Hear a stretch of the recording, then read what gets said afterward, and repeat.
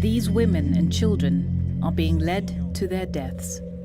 The soldiers accuse them of belonging to the jihadist group Boko Haram. In the final scene of this video, too graphic to show here, they are blindfolded, forced to the ground, and shot at close range 22 times. One of the women still has the baby strapped to her back. The video began to circulate on July 10, 2018. Some claimed that this atrocity took place in Mali.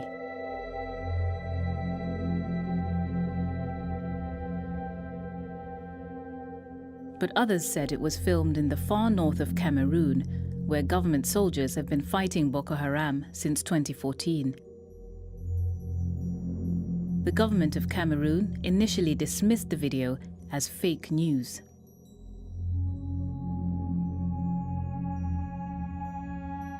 A month later, they announced that 7 members of the military were under investigation. But there has still been no official admission that these killings were carried out on Cameroonian soil by government soldiers, and there is still no guarantee that anyone will be held to account. So how can we tell what really happened here?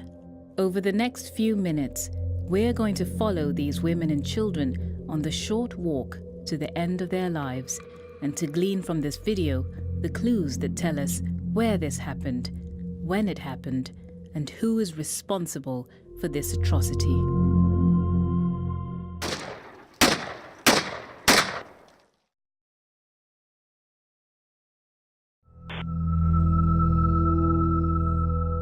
This looks like the kind of dusty, anonymous track that could be anywhere in the Sahel. But the first 40 seconds of the film capture a mountain range with a distinctive profile. We spent hours trying to match this range to the topography of northern Cameroon. And then, in late July, we received a tip-off from a Cameroonian source. Have you looked at the area near Zelevet? Close to the town of Zelevet, we found a match for the ridgeline. It places the scene on a dirt road just outside a village called Krawamafa. A few hundred meters away is the border with Nigeria. The video also reveals other details that can be matched precisely to what we see on the satellite imagery. This track, these buildings, and these trees. Putting all this evidence together, we can say with certainty that the killings took place here. Less than a kilometer away, in Zelevet, we found this compound and identified it as a combat outpost used by the Cameroonian military in their fight against Boko Haram.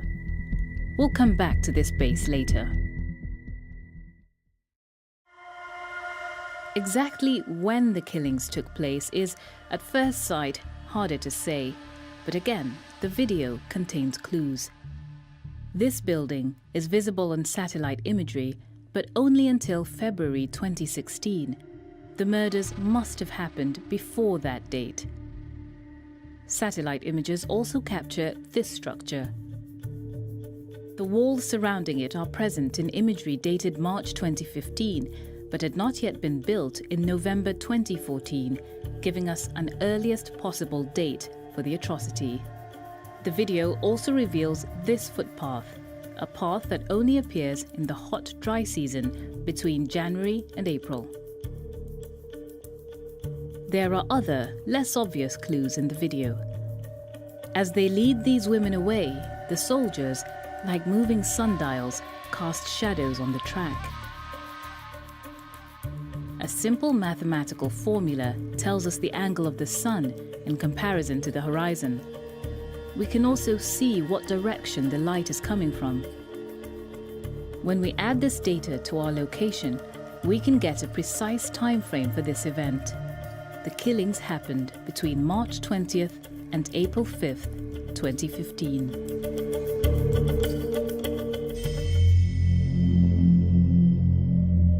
We now know where this happened, and we know when it happened. But who are the men who murdered these women and children?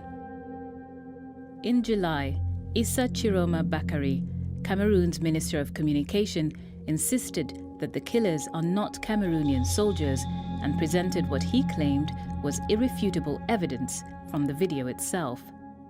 The weapons, he said, are not those used by the Cameroonian army in this area of operation. But our analysis shows that one of these guns is a Serbian-made Zastava M21. It's rare in sub-Saharan Africa, but it is used by some divisions of the Cameroonian military. Bakary also claimed that a close examination of the video shows the soldiers wearing colourful forest-style camouflage. In the far north, he said, Cameroonian soldiers wear pale, desert-style fatigues. A closer look at the evidence reveals this. Cameroonian soldiers, seen here in a 2015 report by Channel 4 News, filmed in Zelefet, wearing darker, forest-style fatigues, similar to those seen in the video. On Facebook, we also found these pictures of other Cameroonian soldiers wearing the same type of camouflage. The images are tagged to Zelefet. Bakary also questioned why the soldiers are not wearing the standard combat gear of troops stationed in that area: heavy helmets, bulletproof vests, and rangers' boots. The answer is that the soldiers were not out on patrol. They were just a few hundred meters away from the combat outpost we saw earlier. We know that this is a military base because we matched the features visible in satellite imagery to the details in the Channel 4 News report that was shot here in 2015.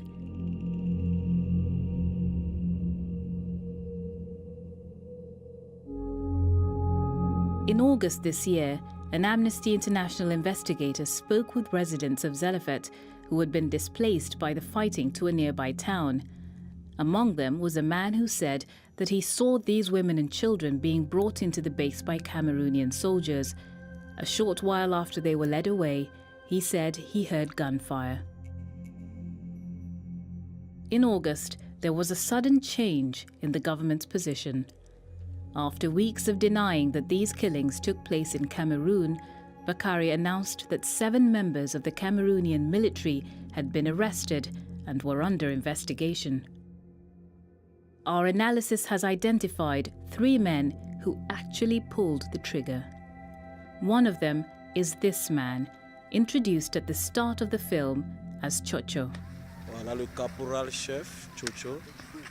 We found a Facebook profile that links the nickname Chocho to a soldier called Cyriaque Bitiala. A Cyriaque Bitiala is among the detainees named by the government. The BBC has also spoken with a former Cameroonian soldier who confirmed that this is Chocho Cyriaque Bitiala. At the end of the film, we see him again, blindfolding the little girl he's about to kill. A few seconds later, he draws his weapon and opens fire. Our analysis identified 2 other guns that were used in the killing. One of them was in the hands of this man. We see him here blindfolding the woman with the baby, seconds before the shooting starts. Our military source identified him as Barnabas Gonoso. Although we were not able to confirm this identification, a very similar name, Barnabas Donosu, appeared 11 days later on the government's list of soldiers who are now under investigation. The third weapon used in the killing is the Zastava M21 we saw earlier. It is in the hands of a man introduced in the video as Second Class Cobra. So who is Cobra? As the women and children are killed, Cobra is the last man still firing into the bodies. One of his colleagues calls out, "Tsanga, leave it, they're dead." When he still does not stop shooting, they call out again, "That's enough, Tsanga, that's enough." The name Tsanga also appears on the list of men under investigation, suggesting that Cobra is a nickname for Lance Corporal Tsanga. Another man named among those arrested is Etienne Fabassou. He is the platoon commander who was interviewed by Channel 4 News in 2015. As far as we can tell, he does not appear in the video. We put these findings to the government of Cameroon, who responded. 7 soldiers were arrested, disarmed. They are under investigation right now. I can confirm that all the 7 of them are in prison. The government statement on the arrests makes clear that all these men enjoy the presumption of innocence until the investigation has been concluded, and that all of them will be given a fair trial.